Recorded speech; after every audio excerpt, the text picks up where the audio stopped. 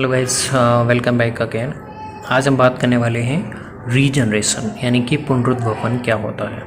तो पुनरुद्भवन आपको पता होगा, किसी भी शरीर के टूटे हुए खंड से पूर्ण शरीर का निर्माण या फिर एक छोटे से अंग का वापस जो निर्माण होता है उससे आप पुनरुद्भवन कहते हैं।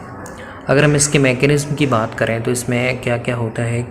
हाँ, तो सबसे पहले एक आपकी जो पूर्णतः विभेदित कोशिका है यानी कि डिफरेंशिएट सेल है। विभेदित कोशिका यानी कि जिसमें विभाजन की क्षमता नहीं है लेकिन किसी कारणवश उसमें विभाजन की क्षमता आ जाती है, यानी कि वो डी डिफरेंशिएट हो जाती है और वापस से डी डिफरेंशिएट होके वापस से अपनी क्षमता खो देती है। अब जो क्षमता खोने के बाद में जो सेल बनती है उसे बोलते हैं रीडिफरेंशिएट सेल, यानी कि वो वापस से अपनी क्षमता खो चुकी है। अब वो एक स्पेसिफिक वर्क ही कंप्लीट करेगी वहाँ पे। तो अगर आपसे पूछा जाता है कि पुनरुद्भवन में क्या क्या होता है, तो सबसे पहले पूर्णतः विभेदित कोशिका क्या होती है, आपकी डी डिफरेंशिएट होती है, फिर वो रीडिफरेंशिएट होके आपका एक वर्क कंप्लीट करती है। ठीक है, अब आपसे पूछते हैं कि रीजनरेशन कितने टाइप के होते हैं। तो सबसे पहले अब्राहम ट्रेम्बले थे जिन्होंने इसे हाइड्रा में बताया था।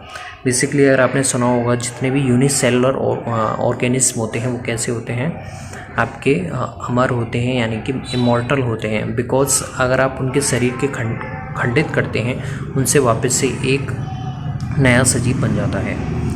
अब आपको जो याद रखना है वो मॉर्गन्स जो साइंटिस्ट ने बताया था वो वाला याद रखना है, जिसमें उन्होंने बताया था कि आप रीजनरेशन को 2 पार्ट में डिवाइड कर सकते हैं। पहला होता है मॉर्फोलेक्सिस, दूसरा होता है एपीमॉर्फोसिस। मॉर्फोलेक्सिस जिसमें शरीर के जो टूटा हुआ अंग है, ठीक है, उससे पूर्ण शरीर का निर्माण हो जाता है, पूरे सजीव का निर्माण होता है। जैसे आपके हाइड्रा है, अमीबा है, स्पंज है। अगर आप इन्हें विखंडित करते हैं तो उनके टूटे हुए खंड से वापस से एक नया सजीव बन जाता है। तो वहाँ पे कोई किसी भी सेल की डेथ नहीं होती है, तो इसीलिए उन्हें अमर बोलते हैं। लेकिन अगर आप एपीमॉर्फोसिस टाइप की तरफ जाते हैं तो वहाँ पे क्या होता है, शरीर की जो हिस्सा टूटा है वहीं पे रीजनरेशन होता है। जैसे आपके छिपकली में देखते हैं तो छिपकली में क्या होता है, जो उसकी पूंछ है, उसकी जो टेल है, अगर वो टूटती है तो उसी का वापस रीजनरेशन होगा, ना कि पूरे शरीर का।